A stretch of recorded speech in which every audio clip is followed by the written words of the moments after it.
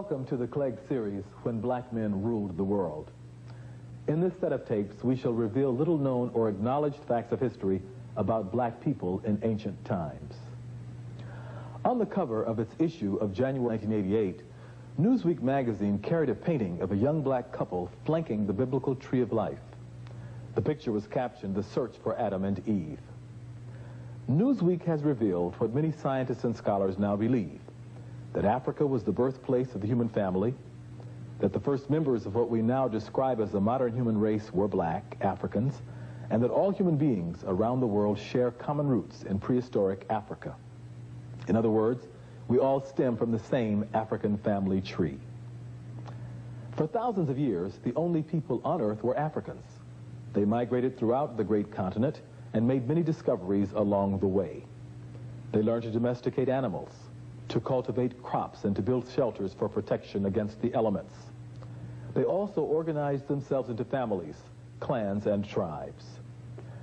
During what is called the Pleistocene Age, which ended about 10,000 years ago, the region which is now referred to as the Sahara had a climate much cooler and wetter than it is today. This part of Africa was covered with grasslands and forests, as well as a number of lakes and streams.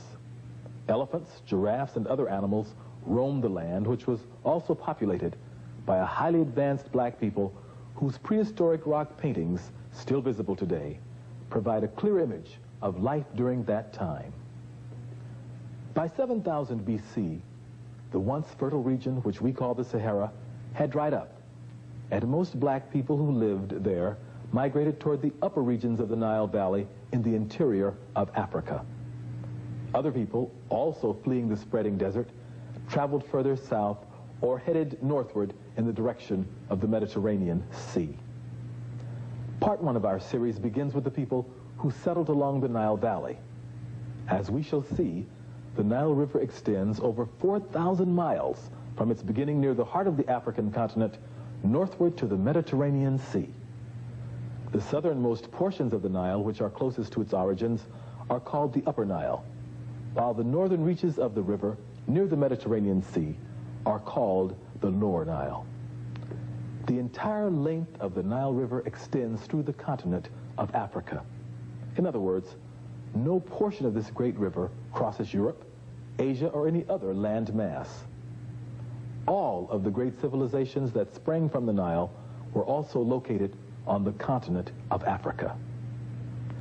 The saga you are about to witness will take you back to the ancient Nile, to Nubia and Egypt, the first great nations on Earth. It is a summary of that faraway, now almost forgotten, golden age in the history of black people. It was a time when black pharaohs and queens did indeed rule the civilized world of their day, and the achievements of these ancient people have had an important impact on modern society. Let us now turn to part one of the Clegg series, Egypt during the Golden Age.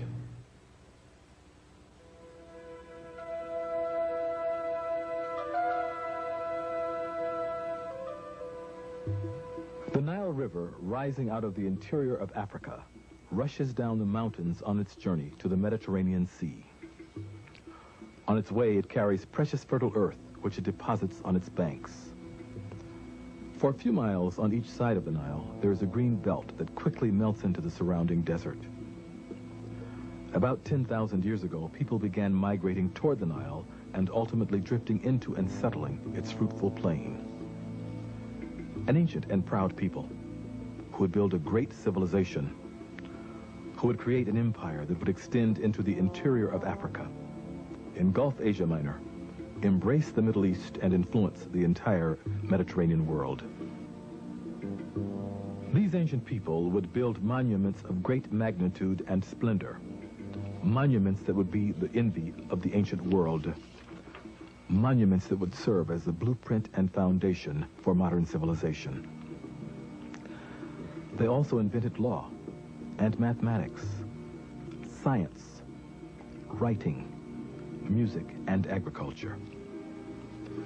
Who were these people? Where did they come from?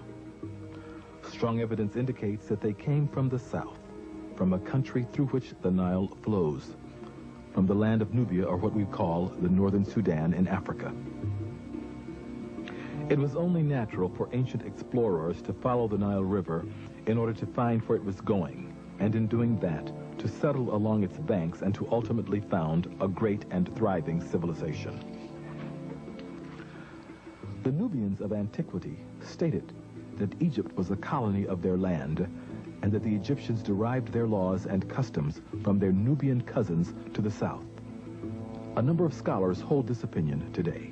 The pharaonic civilization that later came to characterize ancient Egypt had already existed in what we call Nubia for at least 300 years before the first dynasty.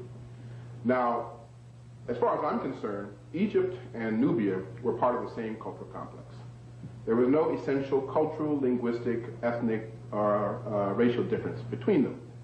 The differences, such as they were in the manner of regional differences, much as the difference you might find in England between, say, an Englishman and a Welshman, in the Central Europe between a German and an Austrian, in Italy between an Italian, for example, and a Sicilian. So even though these are regional variations, if you will, they still belong to the same general civilization complex. So did Egypt and Nubia, and the Egyptians themselves said so. They themselves knew that their civilization derived from the southern part of their, south of their borders, and they knew that it derived from what we call Nubia, or Ethiopia. So civilization itself descends the Nile from Inner Africa. If you will, it crystallizes in Nubia, and then reaches its highest and final form in the land called Kemet, or ancient Egypt, over a period of 4,000 years of unbroken Egyptian civilization. Modern evidence appears to confirm the tradition that civilization traveled northward from Nubia into Egypt. Skulls and skeletons unearthed in Nubia and Egypt are of the same or similar African racial type. Some of the most ancient paintings and drawings of Nubians and Egyptians also depict them as a distinctly African people. As Dr. Finch has noted, Egypt's general political structure and divine kingship appear to have been modeled after the Tasseri dynasty of Nubia that preceded that of Egypt by over 200 years. In other words, there were pharaohs ruling Nubia long before Egypt became a nation. Some scientists insist that pyramid building also began in Nubia and was refined and perfected after the Nubians moved northward and settled in Egypt. Even mummification appears to have started in Nubia and to have spread northward into Egypt 500 years after it was invented.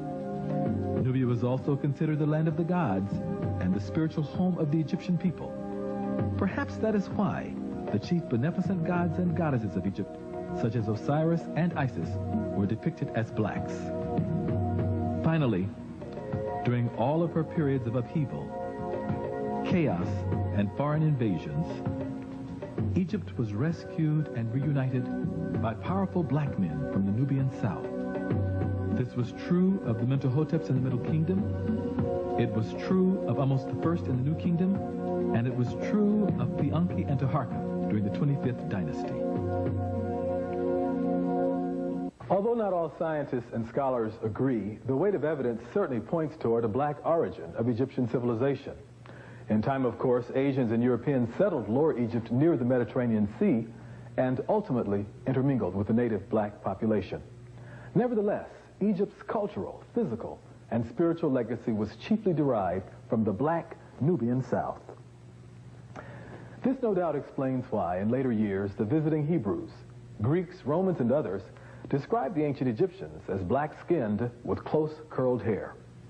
The distinguished writer, Dr. W.E.B. Du Bois, captured the opinions of the ancients when he wrote, "We conclude, therefore, that the Egyptians were Negroid, and not only that, but by tradition they believed themselves descended, not from the whites or the yellows, but from the black people of the South. Thence they traced their origin, and toward the South in earlier days, they turned the faces of their buried corpses." Du Bois might also have added that the Egyptians themselves called their country Kemet, which many scholars interpret as land of the blacks. Now that we've learned about the origin of these ancient people, let us see how Egypt became a great African nation. Because of the surrounding desert, Egypt was shielded from invasion for thousands of years. During that time, various people who occupied the Nile Valley began working together. The Nile overflowed its banks every year. Controlling the river was important if the people wanted to grow food successfully. The Egyptians first formed villages that cooperated with each other. Cooperation led to organization, and organization led to the building of a great nation. A little over 5,000 years ago, another important step took place. At that time, the nation was divided into two lands, Upper and Lower Egypt. A black man, Narmer, united the two lands into one. This followed a war in which Narmer's troops defeated Asian immigrants who had settled in Lower Egypt. Narmer became the first pharaoh or king of Egypt, following the great kings of Ta-Seti in Nubia. This pharaoh began the rule of what is called the dynasty, which is a line of kings and queens of the same family. Narmer had a glorious reign of 62 years. One of his greatest achievements was diverting the Nile River and creating the delta where he built the city of Memphis. This was the beginning of Egypt's golden age. Little is known of the pharaohs who followed Narmer during the first and second dynasties. Some of them, such as King Kasakem and King Paa-Neter, appear to have been stern and powerful men. During the reigns of these pharaohs, Egyptian society evolved into classes. First, there were the peasants or laborers. Then came the builders, artists, jewelers, and other skilled workers. After them were the warriors, priests, and officials. Finally, there was the pharaoh or king. The women of Egypt were also an integral part of the society. Many of them engaged in the same labor that men did, and they had equal opportunity to own, manage, and receive property. There were also many prominent women in ancient Egypt, some of whom reigned during the Golden Age. Women in particular. You have a woman whose name is Hetepheres. She is the great royal wife of Sneferu, who commissioned 3 massive pyramids, and the mother of Khufu. But in the 6th dynasty, at the end of the 6th dynasty, you have a woman known as Nitocris, and she's spoken of specifically by Herodotus as being a pharaoh, and also the person who commissioned the 3rd of the great pyramid projects at Giza. And she's called the loveliest and fairest woman of her time. The most renowned Egyptian women ruled during the Middle and New Kingdoms. A few were even as powerful as the great pharaohs themselves.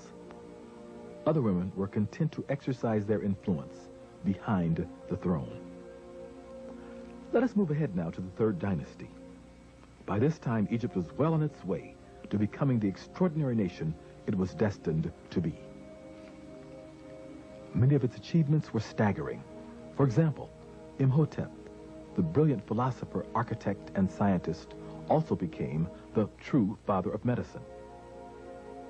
Through his influence, the Egyptians developed antiseptics, vaccinations, and advanced surgical techniques, and they found cures for numerous diseases. In short, the Egyptians laid the foundation for modern medical science. Scientific medicine begins in ancient Egypt. That is to say, if we look at the Edwin Smith Surgical Papyrus, I call it the founding document of scientific medicine anywhere in the world. From the point of view of the sciences that we call if we call the related disciplines of medical science, that is anatomy, physiology, pathology, pharmacology, those were organized as coherent scientific disciplines first in ancient Egypt. The first medical schools were built and erected in ancient Egypt. The first organized system of instruction and of teaching were first established in ancient Egypt. The first surgery, the first neurosurgery, the first investigations into cardiovascular physiology, all this began in the ancient kingdom of the Nile in the northeast quadrant of Africa 6,000 years ago.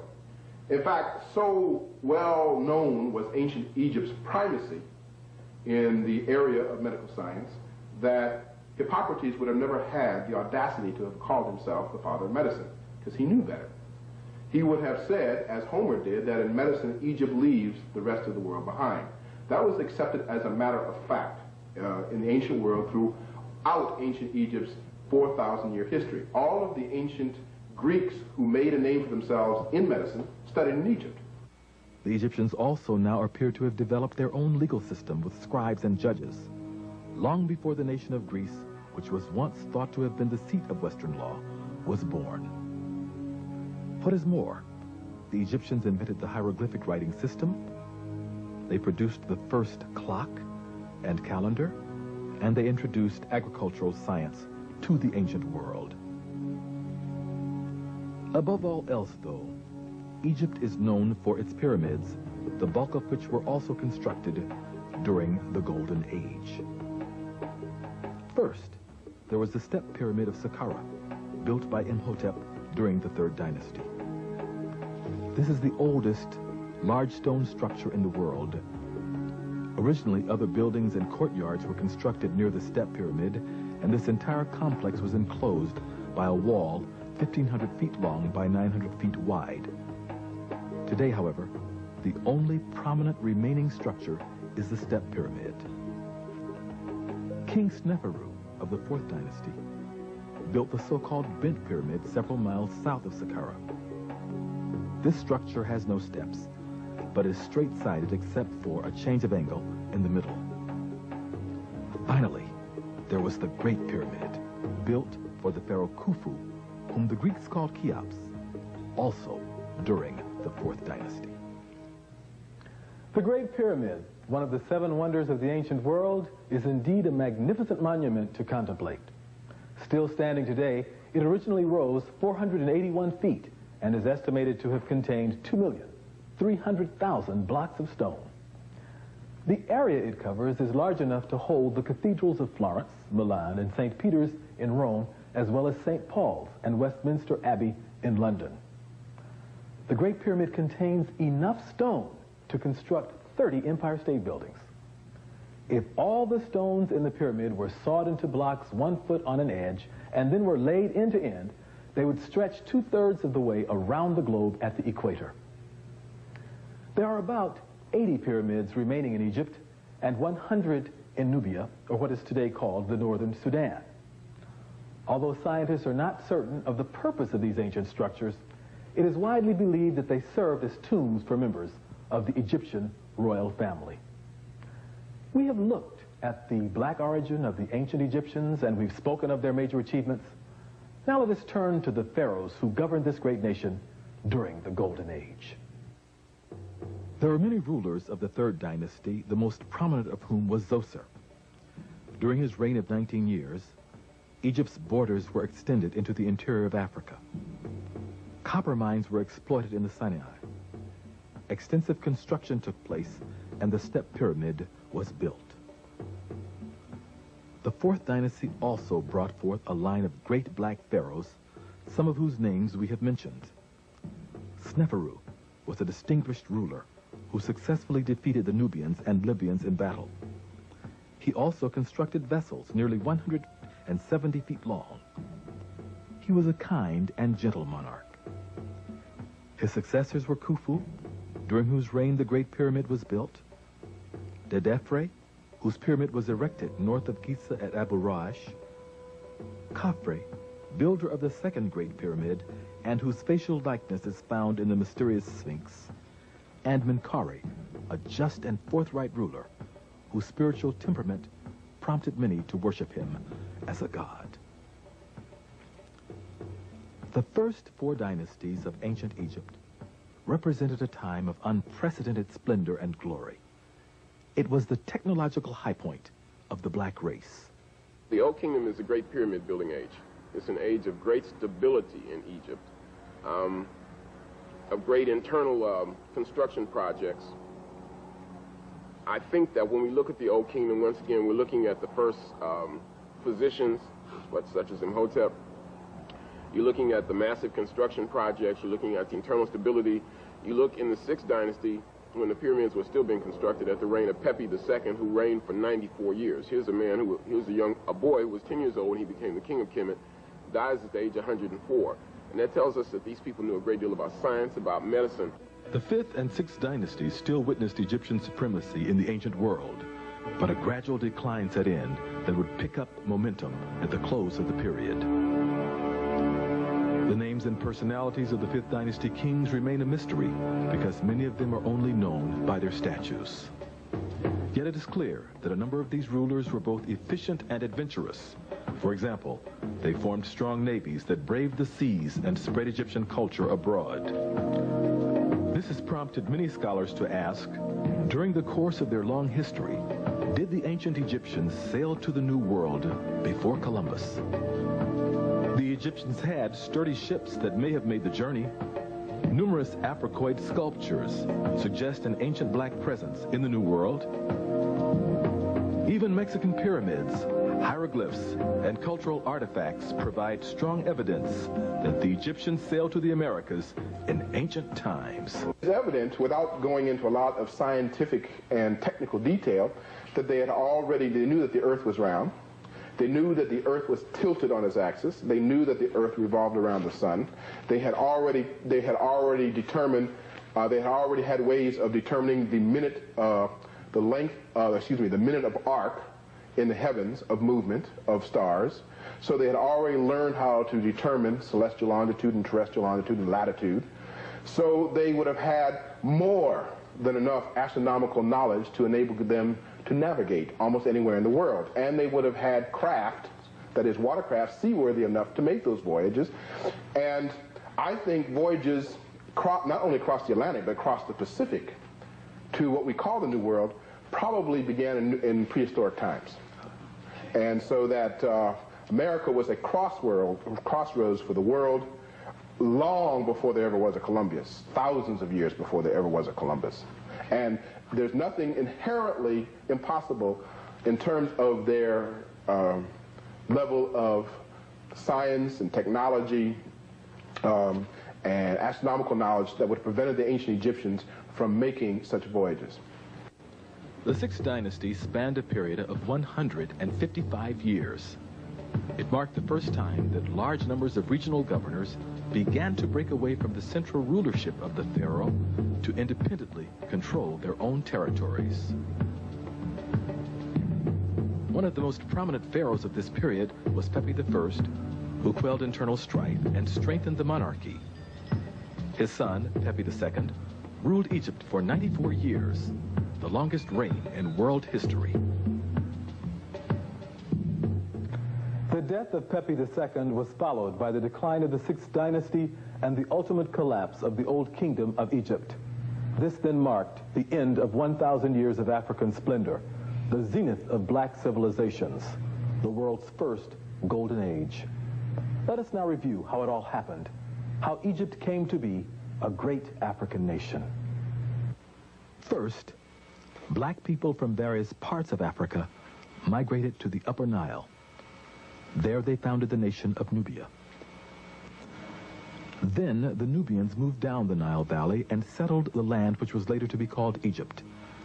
They made many contributions to Egyptian civilization, including the divine kingship, mummification, a strong spiritual heritage, and perhaps even pyramid building. In time, however, Egypt evolved into a separate and distinct nation in its own right. A nation that laid the foundation of world civilization, but most especially, a nation that provided the roots for black history and culture. Egypt's great and ancient legacy remains with us today. This architecture, this science, this agriculture, these hieroglyphics, this legal system, these pyramids, these pharaohs, and these queens are the great heritage of black people everywhere and have influenced the evolution of civilization around the world.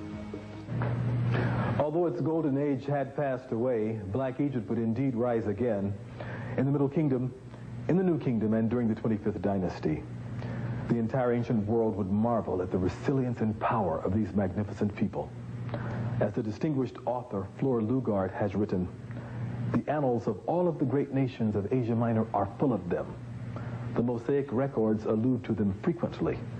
But while they're described as the most powerful, the most just, and the most beautiful of the human race, they are constantly spoken of as black. And there seems to be no other conclusion to be drawn than that at that remote period of history, the leading race of the Western world was a black race. In subsequent episodes of the Clegg series, we shall explore Egypt's Middle Kingdom and world empire, the role of black women in antiquity, and black personalities of the Holy Bible. This concludes part 1 of the Clegg series, Egypt during the Golden Age.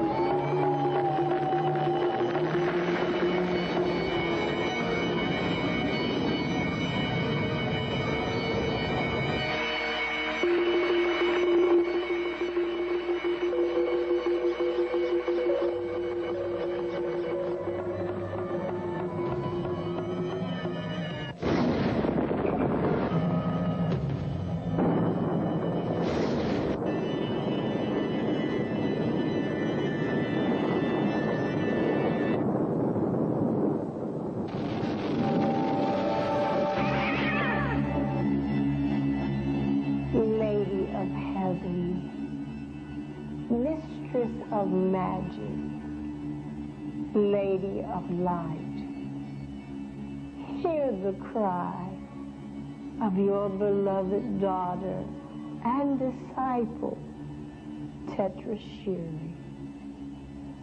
Our land, Egypt, has been invaded and conquered by evil foreigners.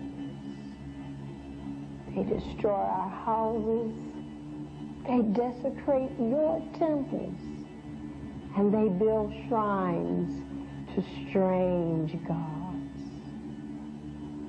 Oh, divine Isis, hear me. Your beloved daughter, our nation is in distress. Come and save Egypt. Save your daughters and their families, so that peace and prosperity will prevail again. And your daughters shall reign with the sons of Osiris.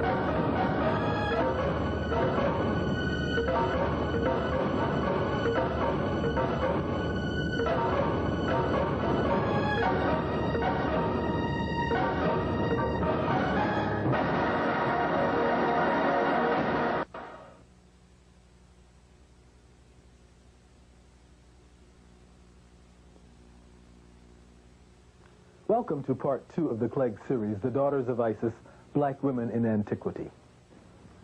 I am your host, LeGrand H. Clegg II. This videotape and booklet supplement part 1 of this series, When Black Men Ruled the World, Egypt During the Golden Age. In part 1, we briefly considered the origin of the human family in Africa and then turned to the beginning of civilization, first in Nubia and then in Egypt. We dealt with Egyptian pyramids, hieroglyphic writing, medical science, literature, law, art, architecture, maritime skills, as well as the nation's political and social structure. We placed emphasis on the great pharaohs and the prominent role they played in world history. Part 1 was intended to introduce the concept of African or black men as the fathers of the human family and civilization. In part 2, The Daughters of Isis, we broaden our focus to include black women in antiquity.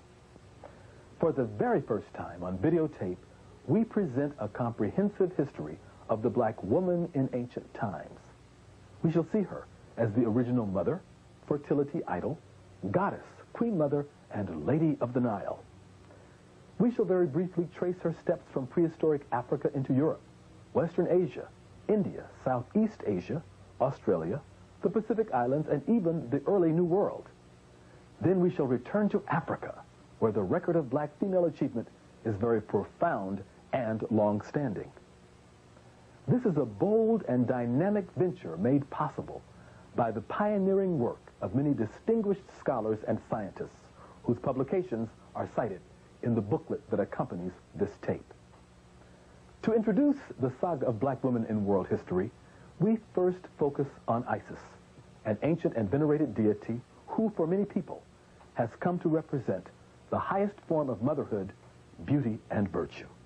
To capture the essence of the Isis tradition, we interviewed Runoko Rashidi, assistant editor of the Journal of African Civilizations, inside a replica of a hidden underground Egyptian tomb, and Anita Red Terry, who is on the staff at Santa Monica Community College, in studio. African name for Isis is Aset. Spelled, if you want to put vowels in it, A-U-S-E-T. The Egyptians, or Kamites, actually spelled it A-S-T. And the name is fundamental. The name is profound. It means the throne. What seems to suggest, now, let me digress a moment. Generally, when we see Isis, she's connected with the god Asar, or Osiris. And it is said that on the first day, a loud voice called out into the world that the king of all has come.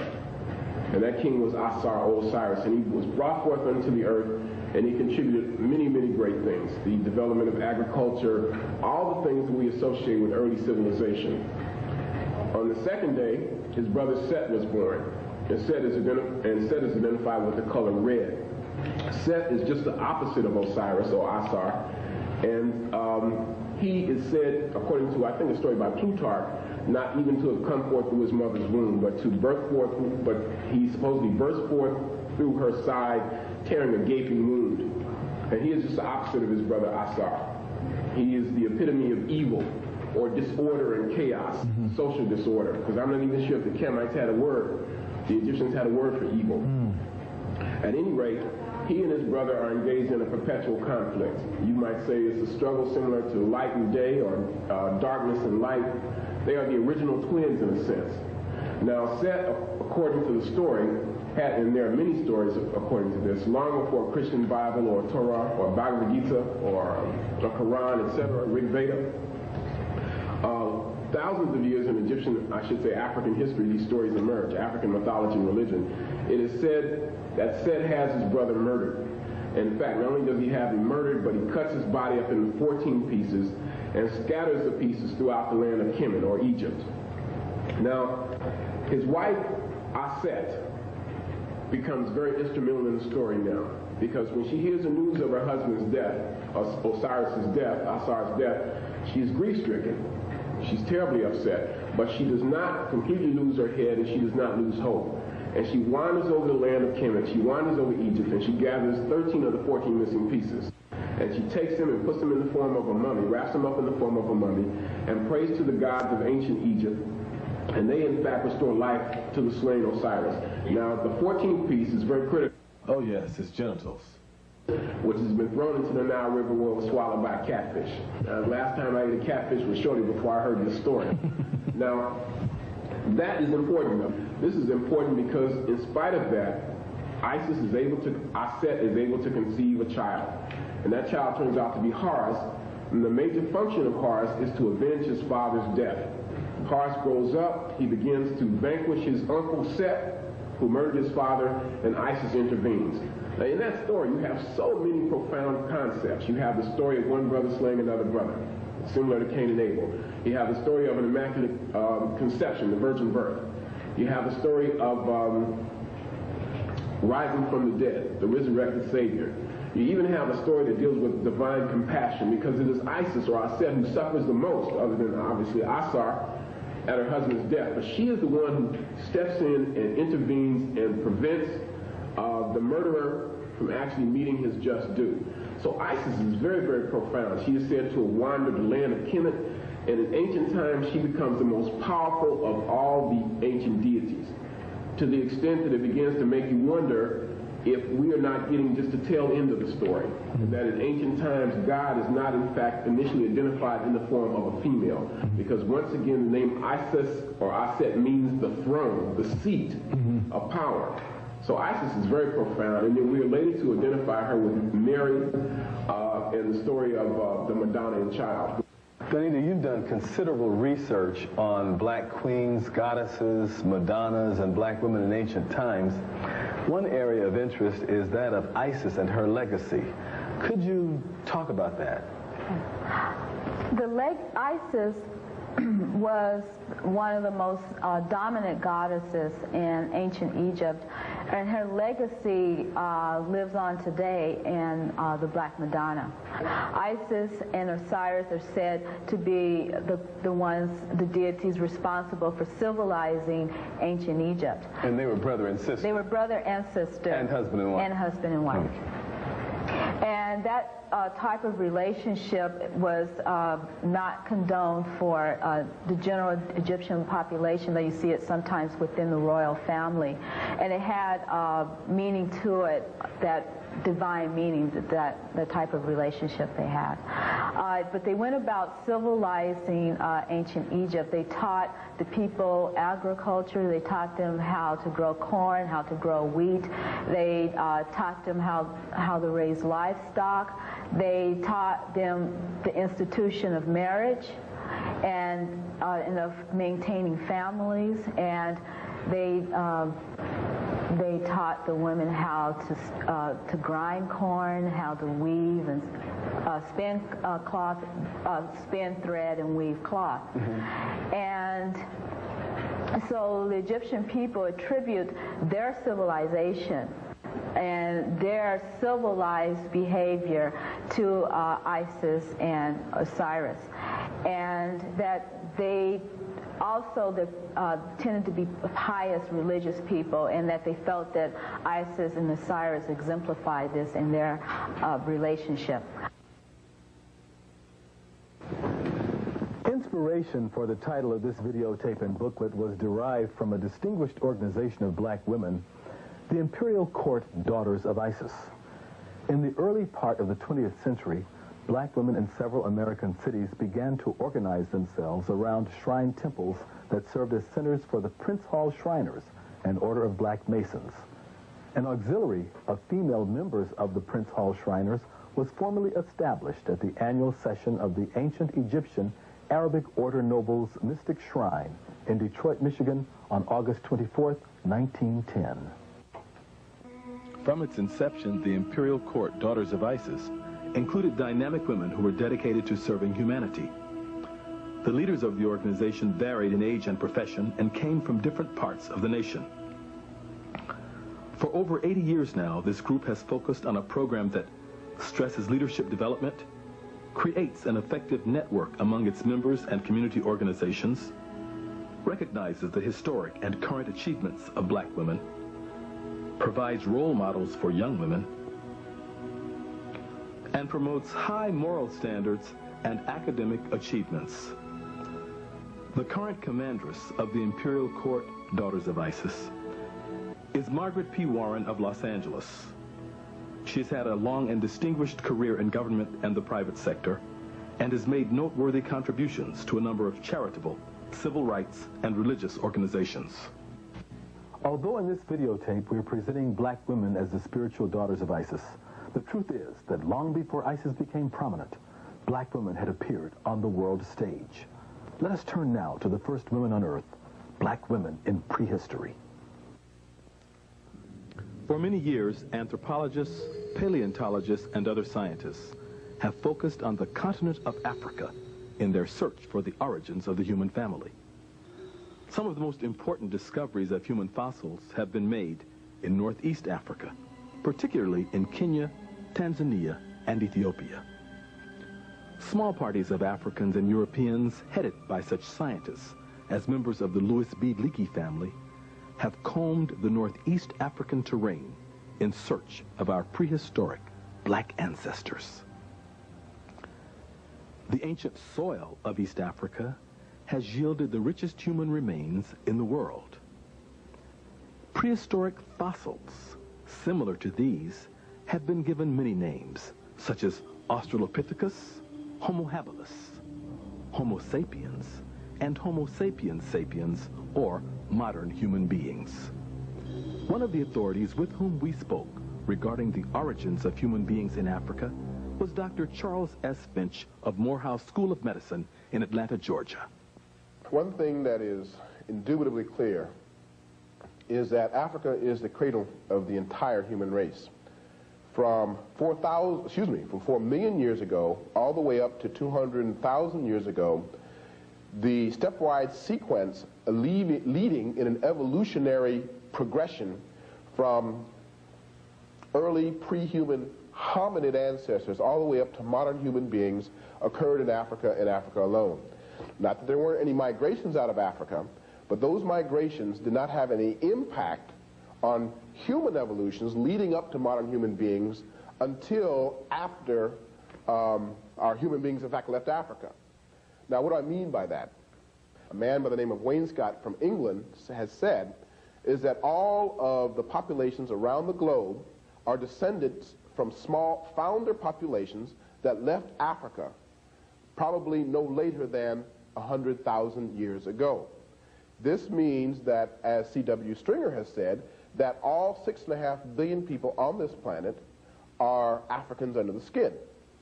Because if we go back far enough, everyone has an African ancestor.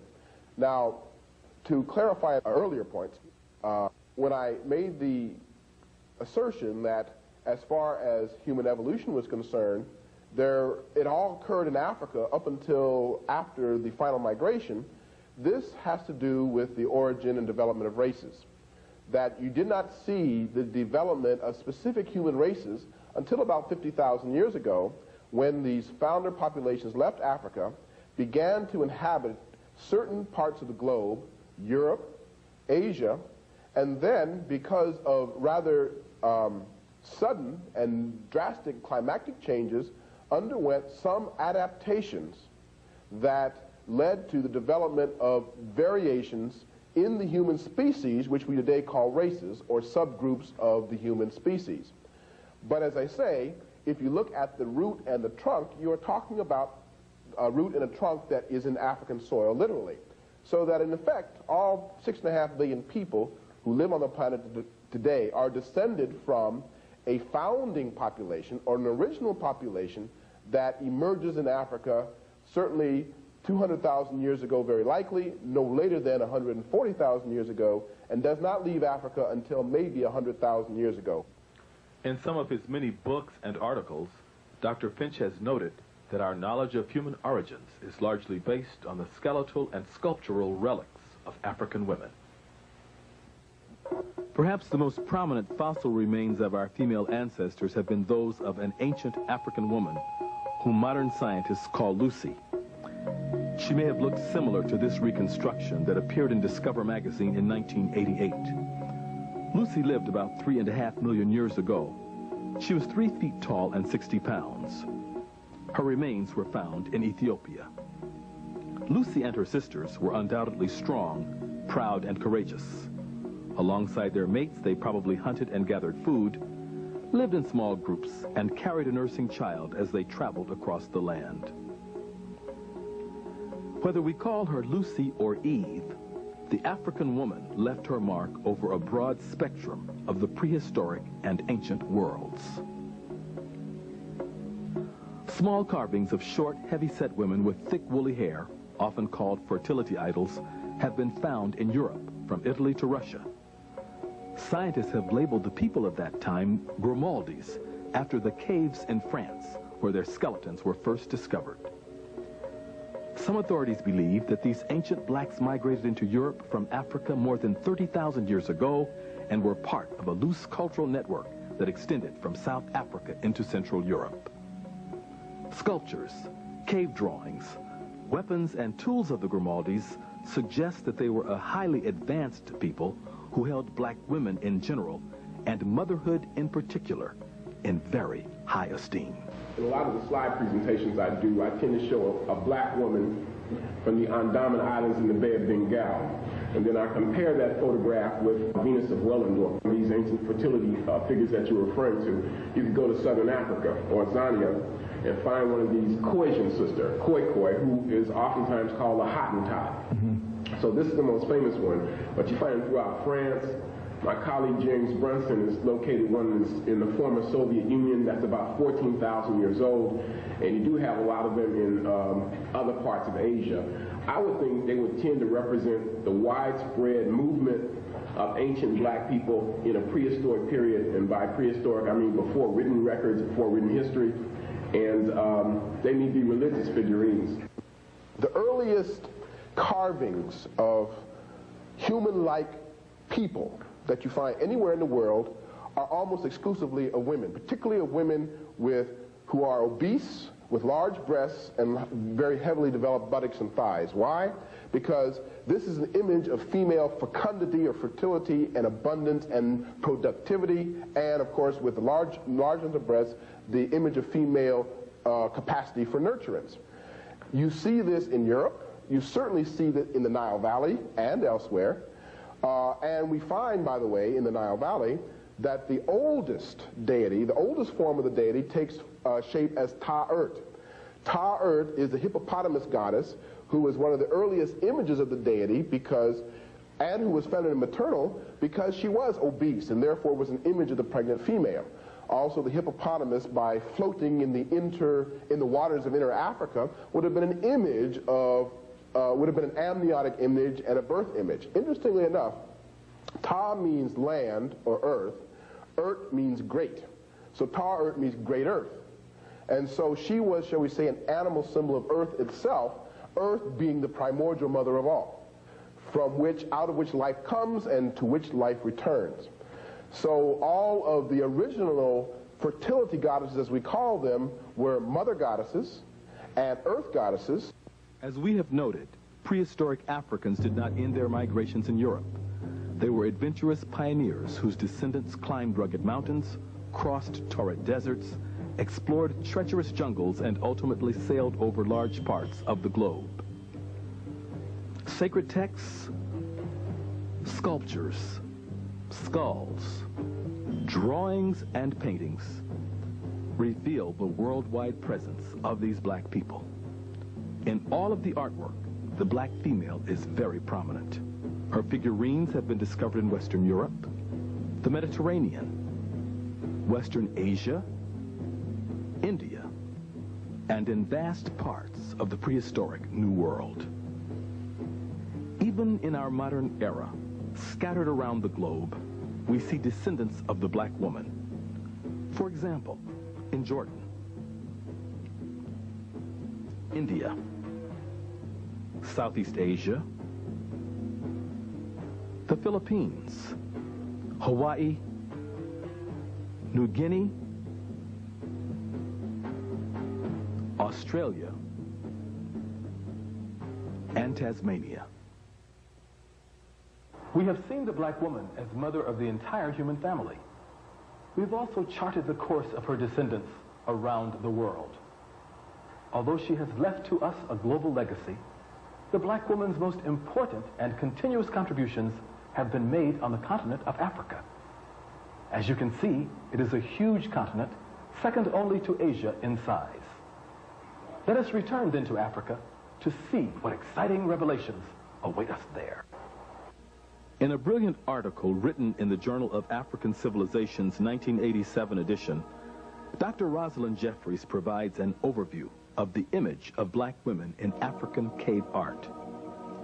Just as many scholars before her, she found that perhaps the most ancient artwork, dating back 10,000 years, was discovered in the central Sahara region. But other rock paintings were also found in North, East, West, Central, and South Africa. What does this art tell us about ancient African women? According to Jeffries, it presents them in a variety of ways. Some paintings show black women in a symbolic manner, as primordial mother or Mother Nature, who creates and nurtures all life. Certain sculptured pieces appear to represent fertility and motherhood, which were highly regarded by African people. A number of paintings show women gathered together, wearing curious masks and vulture headdresses. In still other scenes, we find women talking together, posing, dancing, carrying pottery vessels, and relaxing with their children. One of the most popular of the prehistoric paintings is a depiction of two young ladies referred to as Pule women. Their attire is surprisingly similar to modern dress. A universal figure is the horned goddess, who is depicted in graceful running strides with horns on her head surmounted by a pot-shaped hat. African legends speak of horns as being symbolic in calling together a nation. As we move toward later historical times, we meet the African woman, but this time she is settled along the Nile River. It was in this region that the most ancient and continuous civilization in the world appears to have arisen, first in Nubia and then in Egypt. Of course, not all scholars agree on the origin of the Egyptian civilization. In part one of this series, however, we cited a growing body of evidence that points toward a black or Nubian beginning, which is consistent with ancient tradition. In his book, The African Background to Medical Science, Dr. Charles Finch sheds further light on the black roots of Egyptian civilization. He points out that the Egyptians named themselves Kamu, which translates literally as the blacks. Their words for the African land to the south of them was Kentu, or Kintu, denoting the Sudanese peoples who lived there. This word also meant first, foremost, beginning, origin, and chief. The Egyptians also referred to Inner Africa as the old country and the land of the gods, or as we might say today, God's country. Furthermore, the Egyptian word for east was the same as their word for left, and their word for west the same as their word for right. Their word for front was the same as the word for south, and the word for back was the same as the word for north. According to Dr. Finch, all of this was possible only if the Egyptians oriented themselves southward and looked in that direction for the land of their origins. Another source of evidence in support of the view that the ancient Egyptians were black people is the Christian Bible. In Genesis, Noah's three sons, Ham, Shem, and Japheth, are presented as the ancestors of the three main branches of humankind known to biblical writers. Ham is unquestionably the ancestor of the black race, and his name appears to have come from the Egyptian Cam, meaning black. The sons of Ham were listed as follows. Mizraim equals Egypt. Cush was Ethiopia. Canaan was Palestine, and Phut was Libya. It is clear then that also, according to biblical tradition, Egypt was a part of the black or African branch of humanity. Finally, this painting from the tomb of Ramesses III, dating back to about 1200 BC, shows that the ancient Egyptians viewed themselves as blacks and painted themselves as such without confusion with the Indo-Europeans, that is the Caucasians, or the Semites. In figure A, we have the ancient Egyptians as they viewed themselves. Figure B depicts the Indo-European type. Figure C represents other black Africans, and figure D represents the Semites. Throughout their history, the ancient Egyptians never depicted themselves by types B or D. In ancient Egypt, Kemet, the Black Land, as elsewhere in Africa, women were very prominent. Their diverse roles included goddess, queen mother, and pharaoh. We have learned about the great Isis and her tradition, but there were also other black goddesses of distinction. To discuss this, we return to Danita Red Terry in studio. Isis was the female god of war and of hunting, and she's probably the oldest known female deity of ancient Egypt. She was depicted often wearing a red crown, I should say, or with two crossed arrows and a shield on her head, signifying her characteristic as a war god. She was also considered to be a devoted mother god. Some of her depictions show her as drawn or depicted as a vulture. And one of the myths that's associated with her, she, as a vulture, pierced her thigh with her beak and drew blood from that and fed her children this blood. Hathor is another mother god, and she was depicted as often as a cow or as a woman with cow-like ears on her head. Her symbols associated with her were the sistrum, and she was often depicted with the pharaohs who saw themselves as Horus reborn, or as the god reborn, would be seen suckling from her as a cow. They would suckle from her tithers, or as a woman in her woman form, they would sit on her and suckle at her breast. And she was also a female god associated with music, with dance, with love, and with sensual pleasures of love also. And the sistrum, which I said was associated with her, was a rattle-like musical instrument. Some of the other female gods include Bast or Bastet, which was often depicted as having the head of a cat or a head of a female lion, and she was a god of war. You have Mut, who was also sometimes associated as a god of war. She was a regional god of the Thebes, Luxor area, and she was part of a trinity of Khons, which is her son, and Amun, who was a very important deity during the 17th and 18th dynasty period. You have Nut, who was the mother of Isis, and she was a mother goddess who was shown, often depicted as going across the heavens. Her whole body would stretch across the heavens and meet the earth in these depictions, and stars would be scattered about her, and the sun would be in the sky with her. And then you have her daughter Nephthys, who was a guardian female god. The Egyptians believed that the king or pharaoh possessed divine powers and embodied the strength, vitality, and authority of God.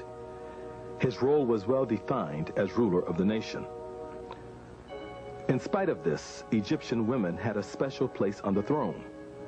First, they were guardians of the royal lineage.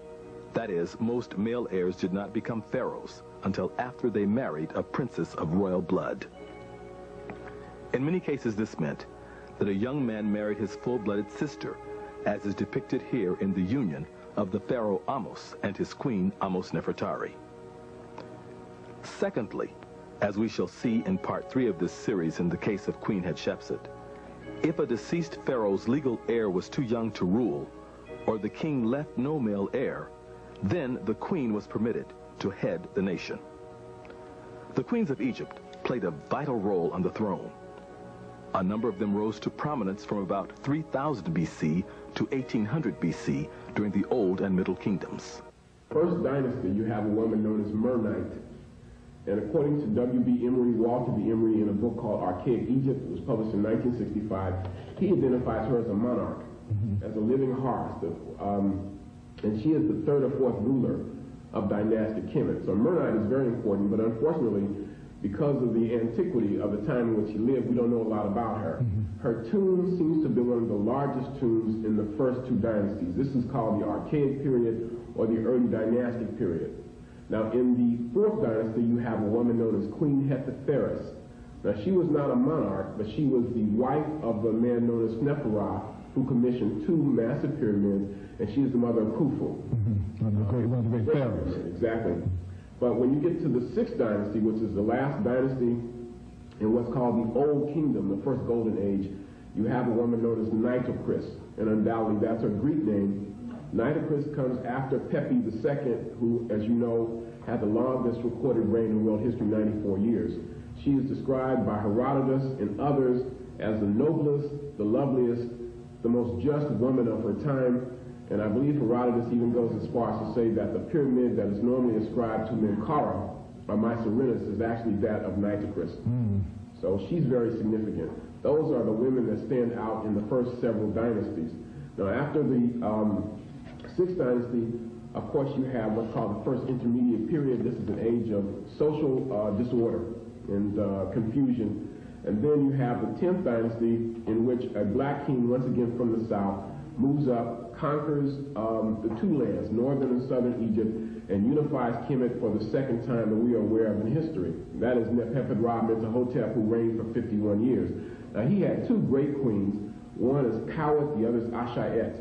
Now, perhaps the most interesting thing here is that we know about Mentuhotep II largely because of this statue in the Cairo Museum, the black statue that portrays him in the divine color of ancient Kemet, the color of God, the color of divinity, the color of black. But interestingly enough, his queens are also oftentimes portrayed in that same color. And I will draw your attention to a piece, I believe it's in the Metropolitan Museum of Art, maybe in the Cairo Museum, that depicts both of these queens, Kawit and Ashayet, in that same divine color. We don't know much about them. The 11th dynasty, I may have said the 10th dynasty, but actually this is the 11th dynasty, lasts about 100 years. And it's a transitional period. But in the 12th dynasty, once again, we see women very, very, very powerful. You have, in particular, the last known monarch of Dynasty 12, a woman known as Sebek Neferu. She is the daughter of Amenemhet III. While the goddesses and queens of Egypt have a very special place in history, it was the average woman of that land whose independence and respect surprised ancient foreigners and still baffle us today. The Greek writer Herodotus, whom some have called the father of history, has stated, "The Egyptians themselves in their manners and customs seem to have reversed the ordinary practices of mankind. For instance, women attend market and are employed in trade, while men stay at home and do the weaving." Of course, Egyptian men did more than weave if they weaved at all. They were pharaohs, governors, judges, doctors, priests, warriors, laborers, and so forth. However, Herodotus was struck by the role of women in Egyptian society, and well he should have been. For in his native Greece, women were very much confined to their homes. They rarely appeared in public and had few if any rights and privileges men were bound to respect. As a matter of fact, in many instances, the parents of Greek girls arranged their marriages at an early age and paid a rich dowry for the honor.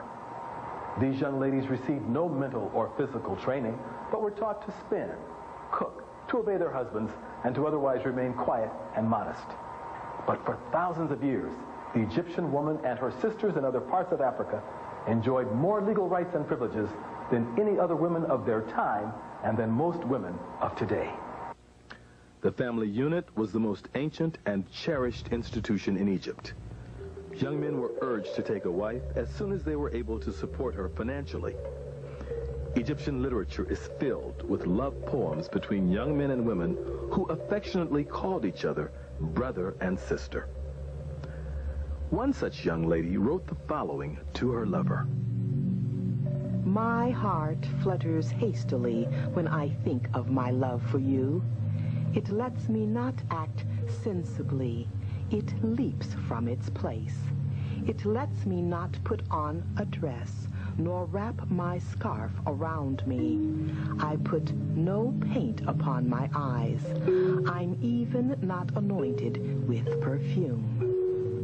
The Egyptian woman was well loved and respected by her family. Although her spouse was the head of the house, she was indeed responsible for running the household.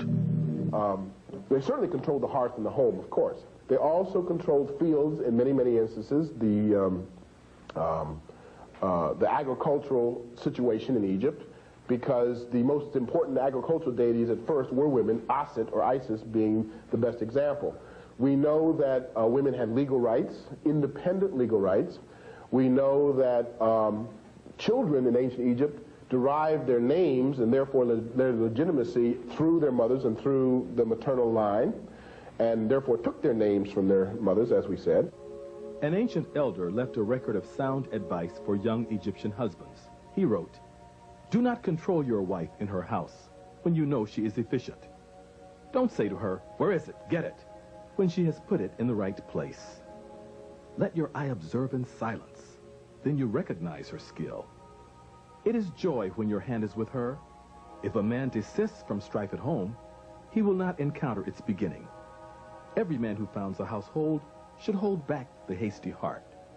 Do not go after another woman. Let her not steal your heart." Thousands of paintings depict interesting scenes of Egyptian family life. They show husbands, wives, and children eating, hunting, fishing, enjoying music, and traveling along the Nile together. Family stability seems to have prevailed throughout the long history of this nation.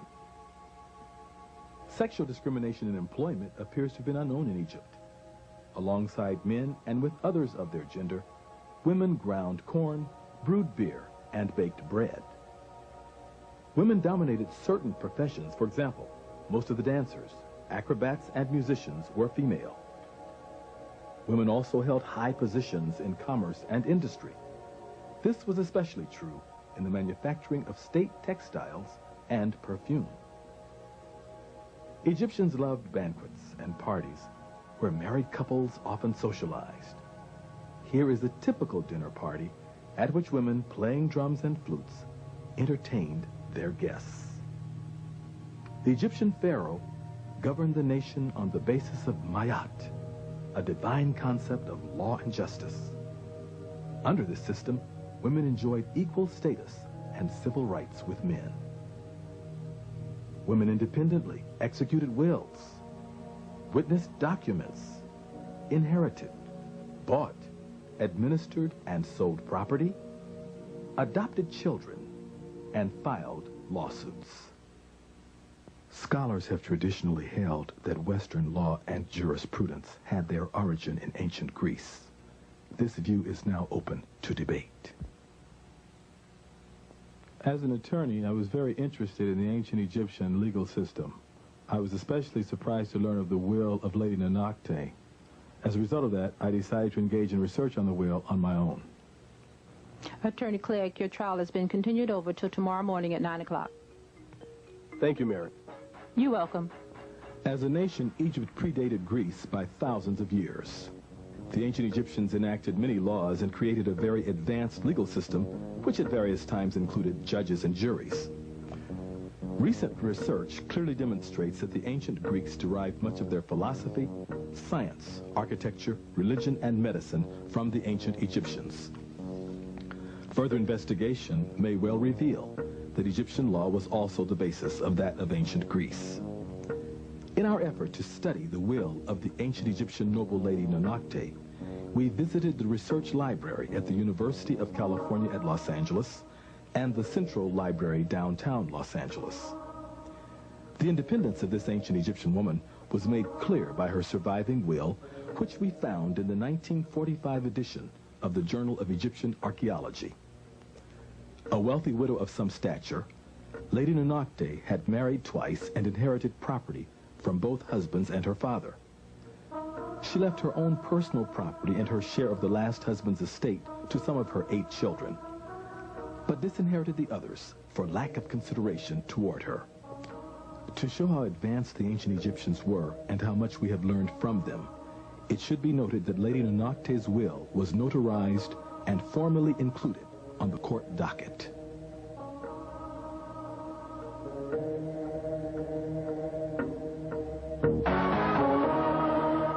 As we have seen during the early history of Egypt, Women of the nation were generally equal to men in many respects. Even so, the position of pharaoh or crowned head of the country was almost always held by a man. Nevertheless, there came a time when three extraordinary royal women took center stage. It was during the 17th Egyptian dynasty, a period of great humiliation. The Egyptians had been conquered by foreigners, probably Asians, called Hyksos. The great royal mother, Tetisheri, her daughter Ahotep, and her granddaughter Nefertari played critical roles in freeing the nation from foreign rule. Let us recapture the significance of that troubled time in black history.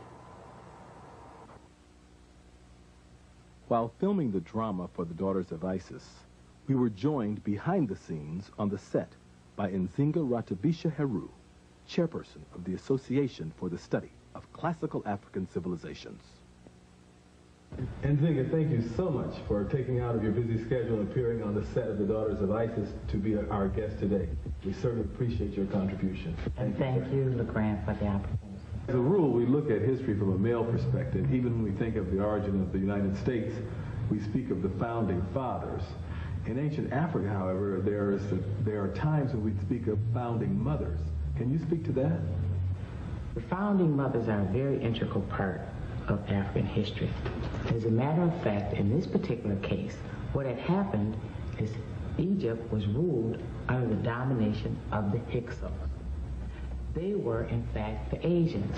So what had happened is all the royal families were pushed to the south, and actually Egypt was there under domination by outsiders. However, they had to go to the south to organize, to actually strategize for the liberation efforts to regain Egypt. And that was done by a sister named Tetisheri. Tetisheri and her husband worked very hard to overthrow the Hyksos. What had then happened was her daughter, Ahotep, then joined the fight to help regain this country. When her husband was killed in battle, it was Ahotep, a sister, woman, warrior, who went out there and led the troops to overturn these foreign invaders that had come to monopolize their land. They battled until, again, another daughter came, and that daughter is known as Amhos Nefertari. Now, Amhos Nefertari is the one that is long sung praise because she is clearly of Nubian stock, but it was she and her husband who were actually the founders of the 18th dynasty. Let us now turn to the 17th dynasty and visit a scene from the lives of two of the founding mothers of the 18th, Tetisheri and Nefertari.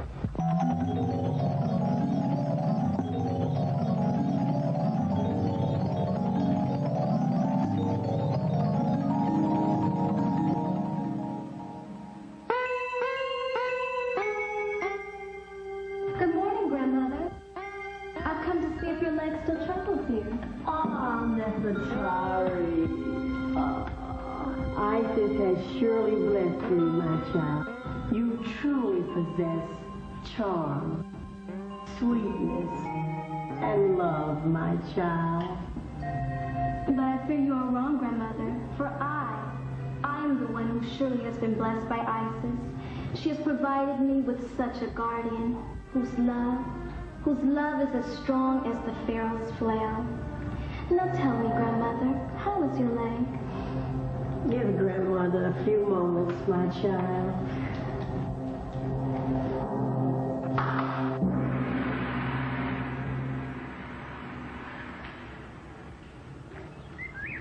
Bring me the throw sticks.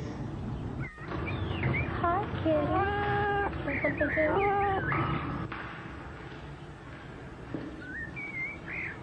That will be all. You may both leave.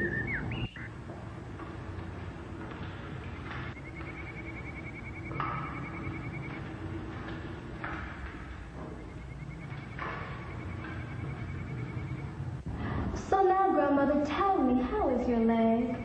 The pain in my heart is greater than the pain in my leg. What is the meaning in this riddle you speak? Come, join me in a game of cynics, and I will tell you the history of our people, which troubles my heart. 1,000 seasons ago, our nation was rich and powerful. It was our second golden age. Our ancestors controlled the vast Nile Valley. There were great pharaohs such as Menahotep II, Amenemhet III, Senusret I and II, who reigned supreme. And there were great queens like Khmut and Asheret. Grandmother, which dynasty was this? The 11th and 12th dynasties. It was our most glorious days since the pyramids were built. The people prospered, the land was fertile, and the gods were pleased. But at the end of the 12th dynasty, a human plague struck our land. A human plague? Do you mean like an epidemic? No, it was a mob of a strange people, a pale-faced race. We call them Hyksos, rulers of a foreign land. They burned our cities, destroyed the temples,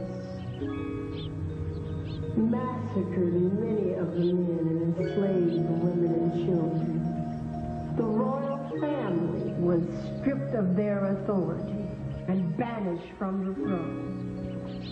Were the kings and queens killed too? No. Fortunately, many of them managed to escape the barbarians, and they fled south into Nubia.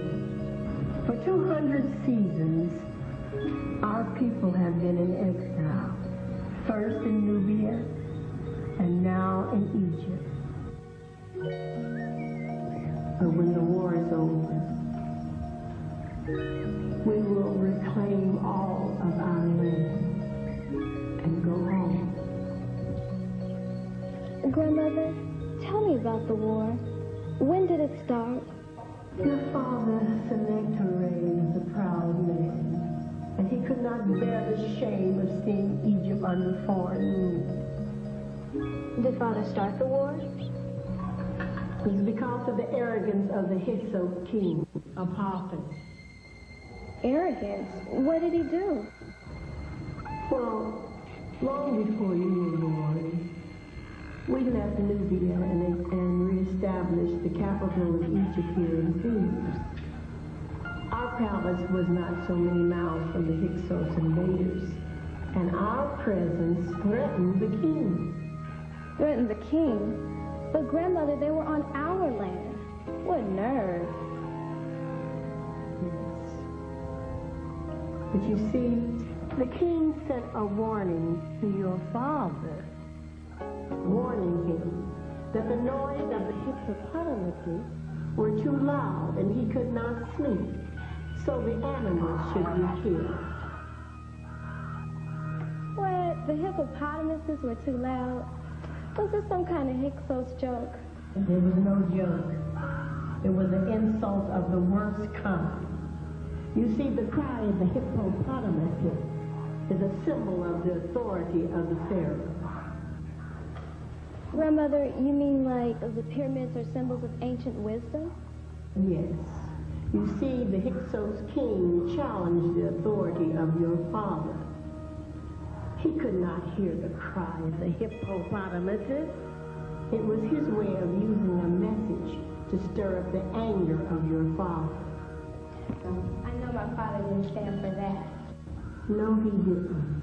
He mobilized the army and made a courageous drive against the Hyksos barbarians. So that is when Father was killed. I remember my mother telling me of this. She said that when he came of age, my eldest brother Kamlos continued the war after Father had died. Your mother was much too modest, my child. After your father's death, it was she who brought the troops together and led them to battle after battle, to Kamos, to their lives.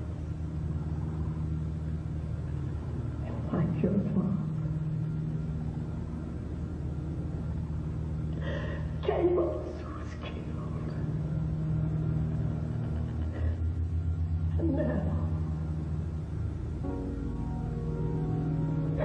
almost my only remaining grandson is in Syria, waging a battle against the barbarian Hitler.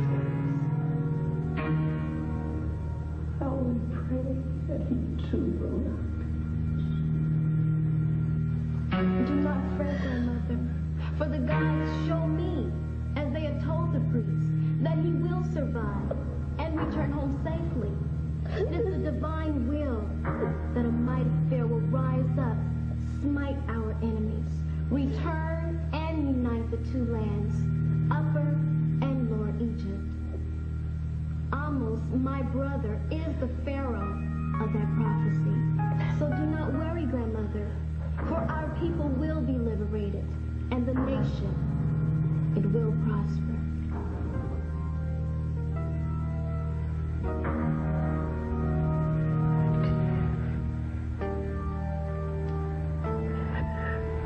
You are a gift from the gods. You are the embodiment of Isis. May your name be honored and endure for generations, like the pyramids and the temples of